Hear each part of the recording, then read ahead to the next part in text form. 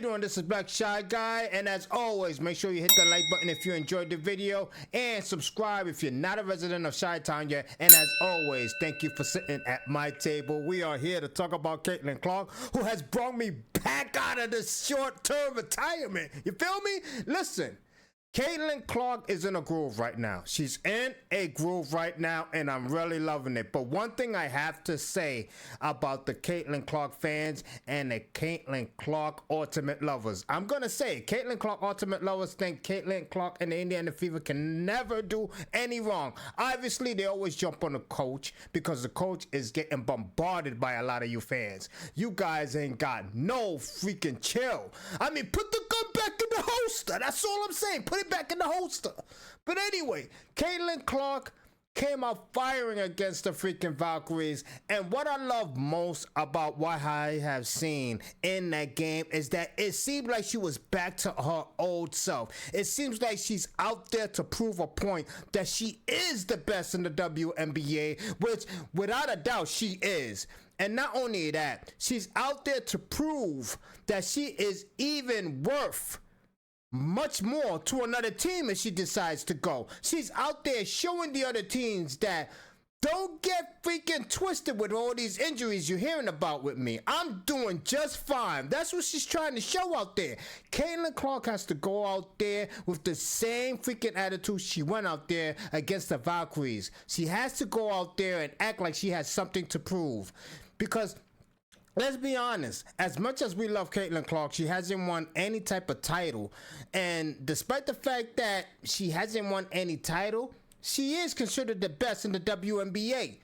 And I gotta admit it, A'ja Wilson got her on top. I'm not gonna lie, A'ja Wilson got titles. You know what I'm saying? Let's not freaking deny ourselves. A'ja Wilson got titles out there. Caitlin Clark is, I'm not going to lie to you, she is the best in the WNBA when it comes to pure talent.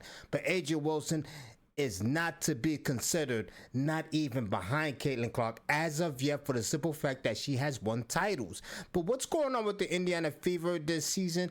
There's a lot going on. And what happened with Caitlin Clark against the Valkyries, her chipper, her freaking attitude, her freaking demeanor against everybody she was talking shit to. She was the old Caitlin Clark, which I love to see. And the thing is, let's chill with the MVP chant. All right? Let's chill with the MVP chant. There's 6 games that went by. Let's relax. Let it simmer. Let her cook. You know what I'm saying? Because all you guys talking about, she's the MVP of the 2026 season. Is she on her way? Absolutely. Is she on her way? Absolutely. We take a look at her stats right here, right? Right here. She's on her way. I mean, let's not get it twisted. She is on her way in becoming the MVP. Absolutely. Without a doubt, she is on her way. She's averaging 23.8 points for the season, 4.4 point rebounds. I don't know why we can never get 10 assists from Caitlin Clark. Every time she's at 9, for some odd reason, the Indiana Fevers are not like the other teams who try to feed her the freaking ball to at least try to get her to 10 assists. Can we get a double-double at least? I mean, for God's sakes. But Caitlin Clark is doing much better, not considerably, but she is doing better than what she did in her 2025 season. She's averaging way above her last season of 2025, which she averaged 16.5 points per game. But she did average more rebounds, but she's averaging more assists.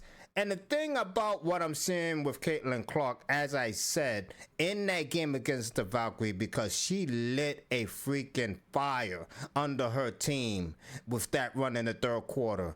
And what I want to say about Caitlin Clark, she has to continue what she has done against the Valkyries. She has to go out there like she has something to prove.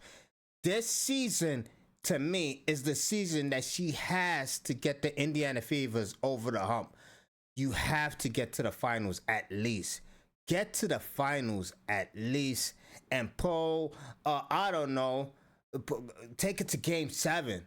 At least, like, take it to game 7. Take it all the way. But to me, they don't have much time.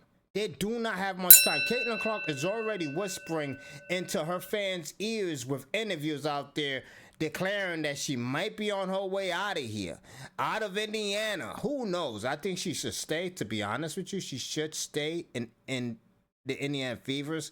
But I mean, where she's going to go? I mean, really, like, where is she going to go? I can't even think on the top of my head a team that she can go to. I think she should just stay with the Indiana Fevers because that's where she got her. That's where her core is at. With all those teammates that she built a bond with. I mean, come on. At least wait 5 years or 4 years with the same team. You can't just bounce yet. And yes, I'm not going to lie. I really think the Indiana Fevers need to win within the next 2 years. There's no way that this team, the core of this team, is going to stay together if they happen not to win a championship in the next 2 years. This team will be discombobulated if they fail to win a championship in the next 2 years. That is without a doubt. No way is Sophia Cunningham going to be there. Sophia Cunningham is probably out of there next year. And I mean, Lexi Hall, I do not see the Indiana Fever. And Lexi Halls have a mediocre season this year. I see the Indiana Fevers waving her. I really see that. I see the Indiana Fevers waving her. And I'm not going to lie. Caitlin Clark, that's going to really hurt her. And that's really going to push her to make an executive decision in basically finding a way out of the Indiana Fevers. And that's going to change the entire league. Let me know what you think. And as always, make sure you hit the like button if you enjoyed the video. And subscribe if you're not a resident of Chi-Town yet. And as always, I really appreciate it. Thank you for sitting at my table. Shy Guy is back. Sorry for the long layover, but it is what it is. My freaking 9-to-5 job got me humping. You know what I'm saying? But anyway, take care. Much love. Latest. Dunking and hitting jumpers, kept Marvin Rich with him. Leo Rose like, why you dump us? Saturday's deposit, chasing SunTrust.